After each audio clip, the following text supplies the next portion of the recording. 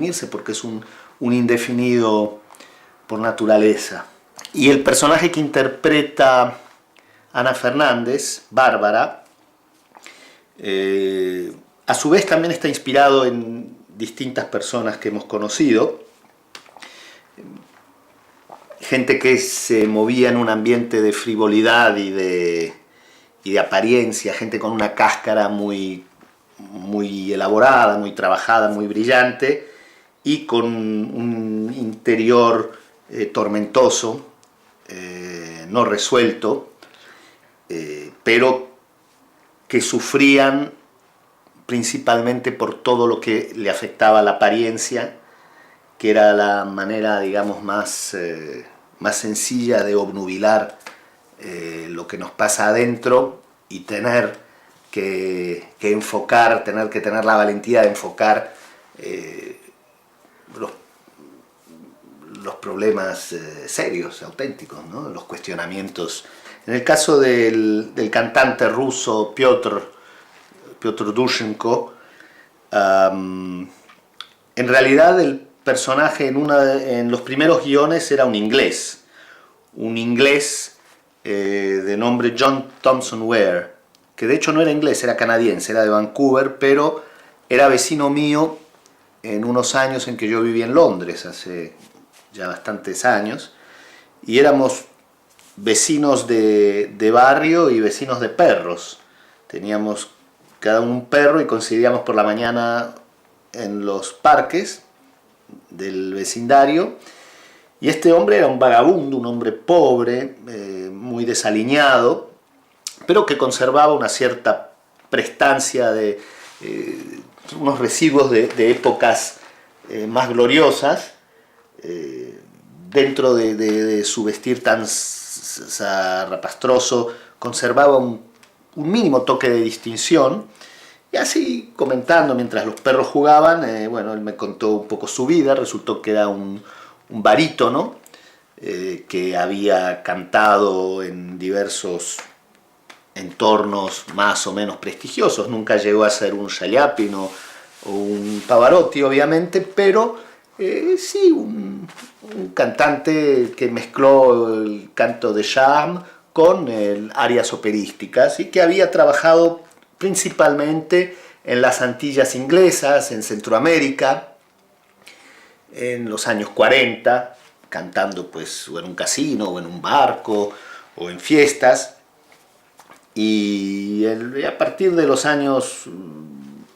50, 60 se había instalado en Londres con ambiciones y deseos de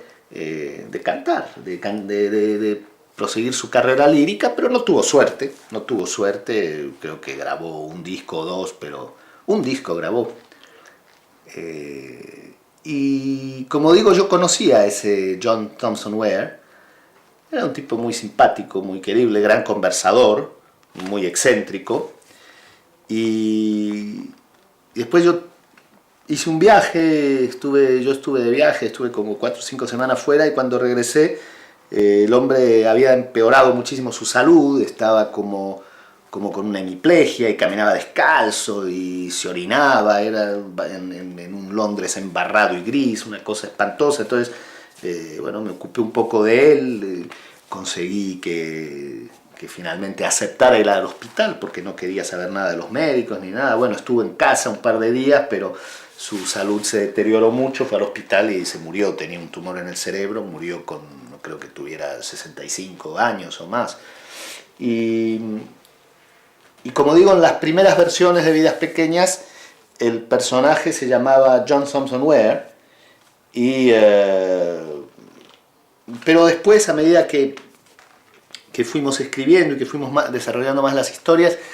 a mí el personaje de un cantante inglés se me hacía bastante distante y me parecía que lo podíamos traer mucho más a mi sensibilidad, a algo que conozco mejor, cambiándole la nacionalidad y haciendo pues un alma eslava en pena, y por eso lo transformamos en un ruso. La ventaja de trabajar con actores sensibles a la vez que inteligentes es que eso allana muchísimo el camino y facilita muchísimo la tarea. Básicamente la forma de trabajar, la forma de que cada uno de ellos incorpore a su personaje, se apoya en un trabajo, no voy a decir particularmente exhaustivo, de búsqueda de lo mejor, de aquello que vehicule mejor tanto los sentimientos como la dramaturgia, como el drama que hay en cada uno de ellos. En este sentido, después de una selección y búsqueda y selección de los actores que pensábamos que se apropiarían mejor de ese personaje y lo harían más cercano de aquello que intuía yo que era la película, una vez que, como digo, está el casting cerrado, pues el modo de trabajar es relativamente sencillo, es un trabajo bastante racional y cerebral, es lo que se llama la mesa italiana. Nos sentamos a leer el texto muchas veces y a buscar los objetivos, los superobjetivos de los personajes, por qué están aquí, de dónde vienen, a dónde van, cuál es su duda, cómo se relacionan con los otros. A partir, digamos, de estos cuestionamientos y de estas premisas, ellos hacen su trabajo propio, o sea, son ellos los que trabajan la materia la traen ellos, toda la riqueza, toda la sensibilidad es el aporte del actor. Uno lo único que hace, un director, al menos en mi caso, lo único que me limito es un poquitito, como decía Fernando Fernán Gómez, a dirigir el tráfico, ¿no? Buscar un cierto equilibrio, que las historias y que las confrontaciones sean lo más armoniosas posibles dentro del conflicto, que muchas veces necesita de armonía, pero muchas veces necesita de todo lo contrario. Y más o menos ir entreviendo por dónde encauzar el barco para llevarlo a la rada. Yo no suelo ensayar demasiado previamente al rodaje, porque me gusta también, en la medida de lo posible, que se deje un cierto espacio para, no voy a decir la improvisación, porque en Vidas Pequeñas no hay particular cabida para mucha improvisación, pero sí para la inspiración. O sea, no es lo mismo ensayar una escena en un estudio o en una caravana, aportando las emociones y las implicaciones sentimentales u otras, que de pronto entrar en un plató ya decorado con los elementos de atrezo, con elementos de decoración que de pronto pueden significar algo al actor y que le pueden aportar unas referencias que pueden redirigir el hilo sentimental, el hilo emocional hacia otras direcciones que de pronto son las más interesantes. En ese sentido sí procuro estar bastante receptivo y abierto a que la actuación ante la cámara, aquello que finalmente vamos a plasmar, tenga su mínima dosis de riesgo. No me gusta llegar con todo ya sabido y todo ya definido, porque entonces resulta bastante aburrido. Lo que me interesa es el momento en el cual